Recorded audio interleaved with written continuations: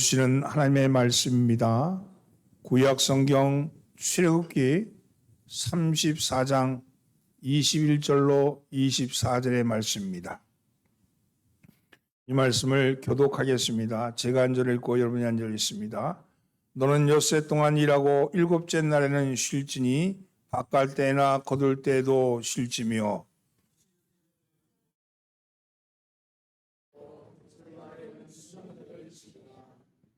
너희의 모든 남자는 매년 3번씩 주 여호와 이스라엘의 하나님 앞에 보일지라.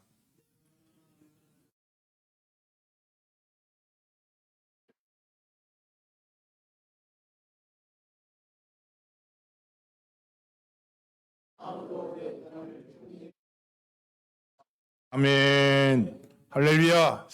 오늘도 예배에 참여하신 우리 천국 순례자 여러분들 주님의 이름으로 환영합니다. 옆에 있는 사람 인사 나누시죠. 잘 나오셨습니다. 앞뒤로 인사하면서 은혜 받읍시다.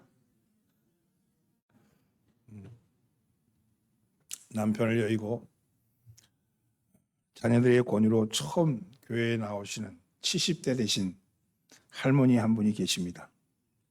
그래도 자녀들이 권유함으로 인해서 할머니가 처음 신앙생활을 했지만 늦게 신앙생활을 시작했으니 먼저 믿은 사람보다 더 열심히 믿어야겠다고 생각하고는 교회 출석을 열심히 다니고 매사에 열심히 있었습니다. 어느 주일날 광고 시간에 목사님께서 다음 주는 맥주 감사 주일로 지킨다는 말씀을 하셨습니다. 근데 이 할머니가 맥주 감사 주일이 뭐 하는 날인지 다른 사람에게 묻지도 않고 혼자서 그저 웃기만 했습니다. 그리고는 다음 주일이 오자 장로님이 운영하는 슈퍼마켓을 찾아갔어요. 그리고 맥주 3병을 샀습니다. 슈퍼 장로님에게 계산하면서 문득 생각이 났는지 장로님, 소주 감사주일은 없어요? 그렇게 물었답니다. 그게 무슨 소리냐 그러니까 지난주 목사님이 맥주에 대해서 감사하자고 하셔서 맥주를 감사하면 소주도 감사해야 될 텐데 하는 생각이 들어서 묻는 거라고 그렇게 물었답니다. 그러면서 하는 얘기가 어떻게 맥주에 대해서 감사를 해야 하나요? 이렇게 묻는 겁니다. 아시죠? 오늘 맥주 감사주일이 아니고 맥주 감사주일입니다. 매년 7월 첫째 주는요, 교회에서 맥주 감사주일로 지킵니다. 이 맥주라는 말은 보리맥자에다가 거둘 추자예요. 그래서 보리를 거두는 때다 이런 말씀이죠. 이것은 구약의 절기 가운데 나오는 절기지만 오늘 현대적인 의미로 해석하면 지나간 반년 동안에 하나님이 지켜주셨음에 대해서 감사하면서 감사의 마음을 불어일으키는 그런 절기입니다. 오늘 본문에 보면 하나님께서 모세에게 언약을 세우시고 축복의 조건을 말씀하고 있습니다. 2가지의 축복의 조건을 얘기합니다. 먼저는요, 쉬라는 거예요. 쉬라는 거. 쉼을 가져라. 21절 말씀 함께 봉독합니다. 너는 엿새 동안 일하고 일곱째 날에는 쉴지니 밭갈 때나 거둘 때에도 쉴지며. 하나님은 우리에게 쉬라고 말씀하십니다. 열심히 일해야 잘 살고 열심히 수고해야 복을 받는 것이 세상의 이치인데 하나님은 우리를 향해서 쉬라고 말씀하십니다. 쉬어야, 쉼을 가져야 복을 받는다는 거예요. 이게 무슨 말씀입니까? 내 손으로 수고하고 내 힘으로 내 능력으로 일해서 잘 살게 되었다고 말하지 말라는 겁니다. 아무리 수고해도 아무리 땀 흘려 일해도 복을 받지 못하는 수도 있다는 거예요. 오히려 하나님을 의지하고 하나님의 손에 맡기라는 겁니다. 네가 수고한 만큼 수고하고 나머지는 하나님께 맡겨라 이렇게 말씀한 거죠. 다른 사람들이 밭갈 때, 다른 사람들이 추수할 때 하나님을 의지하고 그것 바라보면서 나도 해야지 하지 말고 너는 쉬어라 이렇게 말씀하죠. 다음으로는요, 하나님께 1년에 3번은 보여라 이렇게 말씀합니다. 23절 말씀입니다. 함께 읽어볼까요? 너희의 모든 남자는 매년 3번씩 주 여호와 이스라엘의 하나님께 보일지라. 너는 1년에 3번은 내게 와서 나의 얼굴을 보여라. 1년에 3번은 나에게 와서 나를 만나라. 이렇게 말씀한데 보이라는 말씀은요, 하나님 제사드리라는 말씀이죠. 감사라는 말씀이에요. 하나님 앞에 내 삶에 대해서 보고하라는 말씀입니다. 이 세 번의 절기를 만드시고 이것을 잘 지키면 복을 주시겠다. 이렇게 말씀합니다. 이 세 번의 절기가 뭡니까? 무교절, 맥추절, 그리고 수장절입니다. 무교절은 이스라엘 백성들이 애굽에서 해방된 날을 기념하는 날이죠. 없을 무자에다가 발효할 효자예요.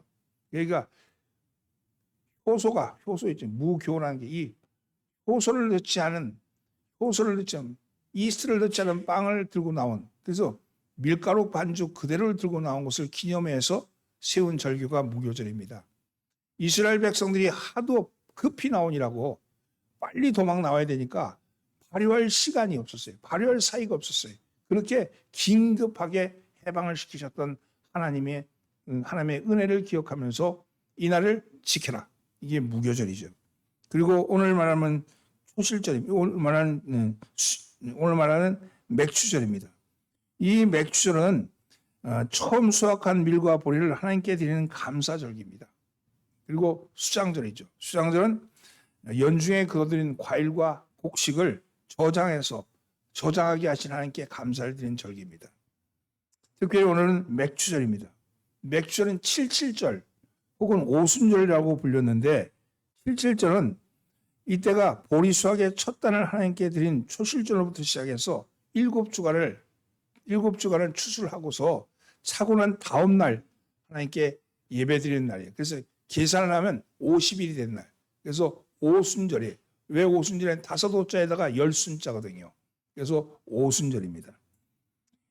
이러한 맥추절은 한 해의 전반기를 끝나고 후반기를 시작하는 7월 첫 번째 주일날 우리가 지키고 있죠. 그래서 이날은 전반기에 베풀어 주신 하나님의 은혜에 감사하는 동시에 앞으로 또 후에도 베풀어 주실, 지켜주실 하나님을 기억하며 감사하는 절기입니다. 여러분, 맥추는 한 해의 첫 수확을 끝낸 기쁨과 그 수확을 가능케 하신 하나님을 감사하는 축제였습니다. 동시에 인생의 모든 것은 하나님께로부터 말미암는다고 하는 사실을 고백하는 고백의 그런 기간이죠. 여러분, 우리는 하나님께서 지키라 하신 이 절기를 잘 지킴으로 하나님께 주시는 복을 받기를 원합니다. 이 3대 절기가 오늘 교회에서는 어떤 모습으로 나타나냐면, 먼저 6월절은 우리가 부활절로 지키고 있죠. 그리고 맥추절은 맥추로 지키고 있고, 여기 수장절은 추수감사절기로 지키고 있습니다. 그래서 3번 감사절기가 있는 거예요.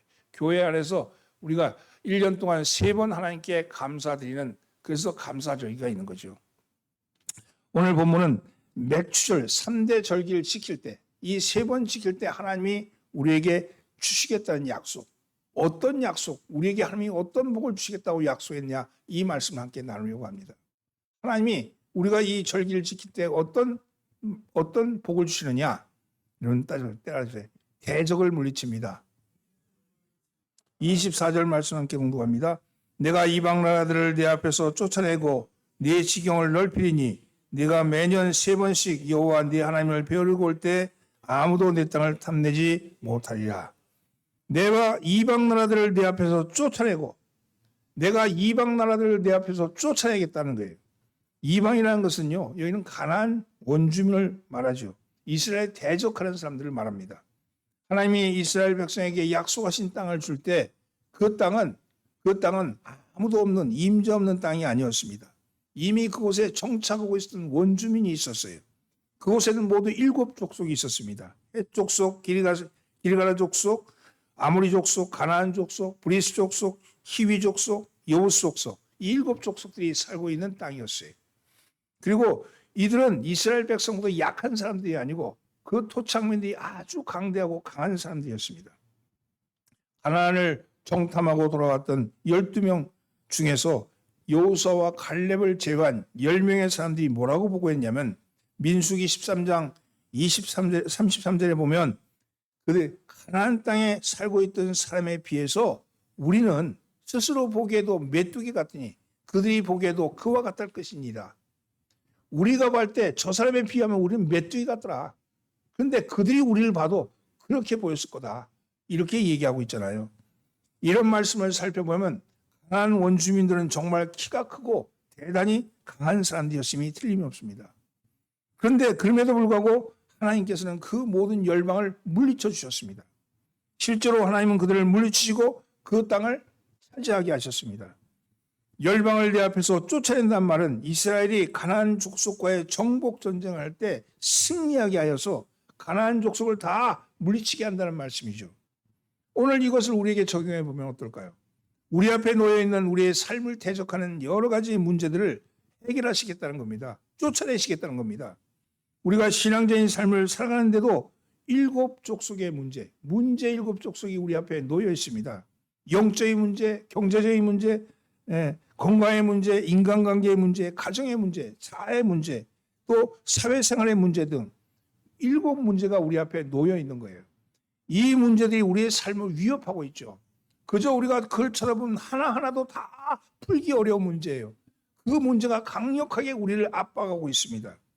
그런데 이 문제를 하나님께서 감사하면 쫓아내겠다. 나에게 보이면 내가 그것을 쫓아내겠다. 이렇게 말씀합니다. 이스라엘 백성들은 무기도 없습니다. 군사훈련도 받지 않았습니다. 객관적으로 볼 때 도무지 7족속을 이길 수 있는 힘이 없었습니다. 그런데도 하나님께서 함께 하시면 그것이 할 수 있다는 겁니다. 오늘도 우리는 하나님께서 능력과 은총을 주시기만 하면 우리 앞에 놓여 있는 7가지의 문제들이 아무 힘을 발휘하지 못하고 넘어지게 될 줄 믿습니다. 이기게 될 줄 믿습니다. 승리하고 점령하고 청구할 줄 믿습니다. 여러분, 세상에서 불가능하다고 말하는 것, 세상에서는 도무지 안 된다, 도무지 할 수 없다 이렇게 말하는 것도 하나님 안에서는 가능합니다. 레위기 26장 8절에 보면 이런 말씀이 있죠. 또 너희 다섯이 백을 쫓고 너희 백이 만을 쫓으리니 너희 대적들이 너희 앞에서 칼에 엎드러질 것이며. 그렇습니다. 여러분, 전쟁의 승리는 숫자로 판가름하는 것이 아니고 하나님이 어느 편에 서 있냐 이것이 판가름한다는 거죠. 여러분, 하나님이 5과 함께 하시면 100명이 쫓겨가고 하나님이 100명과 함께 하시면 10,000명이 쫓아낼 수 있다고 그러셨습니다. 하나님께서 함께 하시면 기적이 일어납니다. 하나님이 함께 하시면 승리할 수 있습니다. 하나님이 함께 하시면 반드시 이기게 될 겁니다. 왜냐하면 이것이 우리의 믿음입니다. 이 믿음을 가지고 쓰는 거죠. 또한 요한일서 5장 4절 말씀에도 이런 말씀이 있습니다. 대저 하나님께로부터 난 자마다 세상을 이기느니라. 세상을 이기는 승리는 이것이니 우리의 믿음이니라. 하나님께로 난 자마다 세상을 이긴다. 근데 세상을 이기는 승리는 이것이니 우리의 믿음이다. 여러분, 승리하게 하는 힘이 어디 있느냐? 믿음이라고 말씀합니다. 여러분, 믿는 자가 승리합니다. 무엇을 믿는 자입니까? 하나님이 나와 함께 하신다. 하나님이 나와 함께 하신다는 걸 믿는 사람 아닙니까? 하나님이 나를 지키신다는 걸 믿는 사람 아닙니까? 하나님이 나를 구원하신다. 하나님이 나를 치유하신다. 하나님이 나와 함께 하신다는 것을 믿는 사람, 그 믿는 사람이 승리한다고 말씀하고 있는 겁니다. 사랑하는 성도들은 이 세상에서 패배자가 되지 않냐고 승리자가 되는 요건이 무엇이겠습니까? 그것은 믿음입니다. 그러면 이 믿음을 어떻게 보이는가요? 이 믿음은요, 감사로 보이는 거예요. 감사로. 여러분, 매사에 감사하는 거예요. 눈에 보이는 감사거리가 나타나니까 감사하고, 좋은 것이니까 감사하고, 감사할 게 있으니까 감사하고, 그 감사가 아니라 여러분, 매사에, 범사에, 여러분 우리 앞에 놓여 있는 모든 일에 감사하는 거예요. 여러분, 억울한 일을 당해도 감사하고, 넘어져도 감사하고, 병들어도 감사하고, 고통을 당해도 감사하고, 감사가 바로 승리의 요건이 되는 거죠. 믿음은 감사로 표현되는 거예요. 하나님이 나와 함께 하시는데 내가 뭐 두려울 게 있으며, 하나님이 나와 함께 하시는데 내가 뭐 겁낼 것이 있겠습니까? 오늘 여러분, 감사로 승리하시는 여러분 되기를 예수님으로 축원합니다. 감사의 조건이 있어 감사하는 것이 아니고 감사함으로 조건이 생기는 거예요.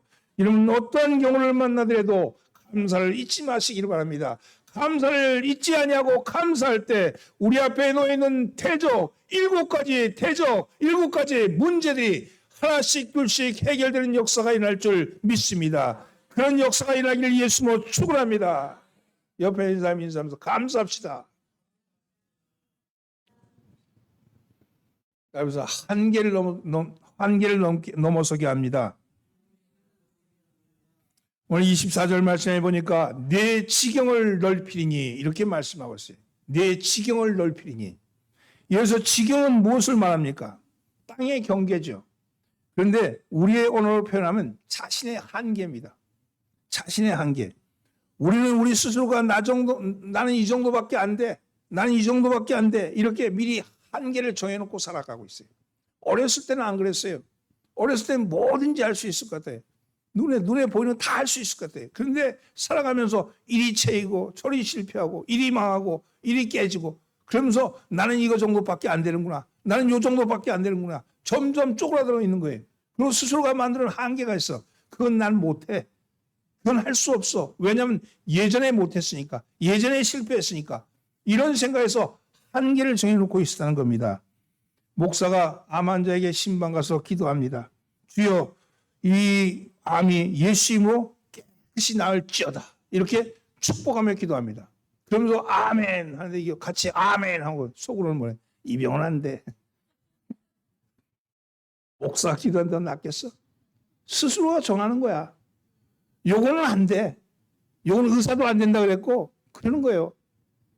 그 스스로가 한계를 만드는 거죠. 여러분 가나안 집에 가서 가나안 집에 신방 가서 축복합니다. 당신은 하나님의 복을 받아 다른 사람에게 나눠주는 사람이 될 줄 믿습니다. 나눠주는 사람이 될 줄 믿습니다. 이하면 아멘 그래놓고 속으로 보라 그래. 오늘 밥 먹을 것도 없는데 누굴 나눠줘? 속으로 만들어 놓는 거예요. 자기 스스로가 한계를 정해놓는 거예요. 나는 이 정도밖에 안 돼. 나는 이거밖에 안 돼. 내 한계를 정해놓고 그거 이상 나가려고 들지 않습니다. 여러분 아무리 하나님께서 복을 주셔도요. 스스로가 정해놓은 한계를 정해놓으면 복을 받을 수가 없는 거예요. 그 복은 복이 아닌 거예요. 그 정도 줘도 그건 복이 아닌 거예요. 감사가 아니고 당연한 거예요. 그리고 그걸로 끝나는 많은 거죠. 감사는 한계를 넘어서게 합니다. 하나님은 그 지경을 넓히니 이렇게 말씀하셨어요. 그 지경을 제한하거나 머무르게 하지 아니하시고 하나님이 넓혀주신다는 겁니다. 하나님은 여러분의 기업도 산업도 인맥도 여러분의 지위도 여러분 영적인 영향력도 넓히시기를 원하십니다. 지금 요 정도밖에 살기를 원치 않는 거예요. 하나님이 더 넓게 살라고 더 넓혀주겠다고 그렇게 말씀합니다. 범사에 감사함으로 조건들보다 더 중요한 것은 영적인 지경을 넓히는 일입니다. 오늘 여러분 영적인 지경이 넓어지기를 예수님으로 축원합니다. 우리가 찾아야 할 것은 어떻게 이 문제를 해결하느냐 하는 문제가 아니라 하나님이 어떻게 해결하신지를 보는 거예요. 그걸 볼 수 있는 눈이 열리는 거예요. 여러분 하나님이 열어주시는 거예요. 한계가 열리는 역사가 일어나는 겁니다. 하나님은 감사함으로 한계를 뚫어나가게 하십니다. 원망하고 불평하고 부정적인 생각을 가진 사람은 여전히 자꾸만 쪼그라드는 거야. 자기의 한계를 자꾸 좁아드는 거야. 난 요거밖에 안 돼. 그래서 혼자 골방에 앉아 죽어가는 게 인간이잖아요. 그렇지 않다는 거예요. 하나님은 감사하는 사람에게 약속한 복을 주십니다. 작은 일이나 큰 일이나 감사의 조건을 찾아야 합니다. 감사를 시작할 때 축복이 시작되고 감사를 통해서 하나님의 은총이 나타나게 되는 겁니다. 오늘 여러분 감사하십시오. 범사에 감사하십시오. 여러분 일어난 모든 일에 감사하십시오. 내게 일어난 일을 내게 마음에 들지 않는데도 감사로부터 시작하십시오. 감사의 씨를 뿌리면 말로 감사의 씨를 뿌리면요. 여러분 감사의 열매를 거두게 될 겁니다. 오늘 여러분 입술에서 감사 끊이지 않는 여러분 되기를 예수님으로 축원합니다. 옆에 있는 사람 인사하면서 감사합니다. 하나님의 보호를 받습니다. 오늘 24절 말씀 뒤쪽에 보면 네가 매년 3번씩 여호와 너희 하나님께 보이러 올 때 아무 사람도 네 땅을 탐내지 못하리라. 아무도 네 땅을 탐내지 못하리라. 이렇게 말씀합니다.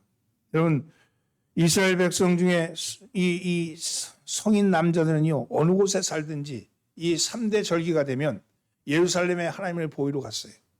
남자들이 다 떠났어요. 그러면 아녀자들만 남아있잖아요. 아녀자들만 남아있는 이곳에 도적이 올 수도 있고 이방인이 침입할 수도 있고 그렇죠. 그런데 적군이 와서 재산을 빼앗아갈 수도 있습니다. 그런데 하나님께서 뭐라고 하시냐면 그런 위험을 내가 막아주겠다. 이렇게 말씀하는 겁니다. 여러분 하나님이 위하시면 우리가 하나님을 위하면요. 하나님도 우리를 위하십니다. 여러분 아무리 최신식 자물쇠를 잠근다 할지라도 하나님이 함께 하시면 소용이 없는 거예요. 우리가 하나님 앞에 감사하면 하나님도 우리의 산업을 지켜주시고 우리에게 감사할 조건을 더 풍족하게 채워주신 줄 믿습니다. 하나님은 결단코 손해보게 하지 아니십니다. 마음을 다하고 뜻을 다하고 물질과 정성을 다해서 충성하며 봉사하고 헌신하면 하나님께서 반드시 보상해 주시겠다고 말씀합니다. 여러분, 예수 믿는 사람이 부자 되는 이유가 있어요. 여러분, 사업을 잘해서 부자 되는 게 아니에요. 여러분, 하나님이 때와 사람을 만나게 하시는 거예요. 때와 사람을 만나요. 똑같은 가게에서 가게를 열어도 어떤 가게는 잘 되고 어떤 가게는 망하는 게 있잖아요. 똑같은 일에도. 여러분, 그 가게 사람이 지나갈 때 이 가게는 가고 싶은 가게가 있고 이 가게는 그냥 지나가고 싶은 가게가 있는 거예요. 세상 사람들은 그걸 명당이라 그래. 근데 우리는 뭐라는, 하나님께서 함께 하신다고. 하나님이 함께 하시면 가능합니다. 하나님이 함께 하시면 여러분의 일이 술술술 풀려나갈 줄 믿습니다. 감사하는 여러분 되기를 예수님으로 축원합니다. 아무도 내 땅을 탐내지 못하리라고 말씀하신 게 무슨 뜻입니까? 하나님께서 군사적인 위협과 국가적인 위험으로부터 보호하시겠다는 겁니다. 가정과 재산을 보호하시겠다는 겁니다. 이 나라가 이렇게 잘 된 건요, 저는 그렇게 믿어요. 대한민국이 잘 된 건요, 정치인이 잘해서 잘 된 거 아니에요. 믿음의 기도의 사람들이 많았기 때문에.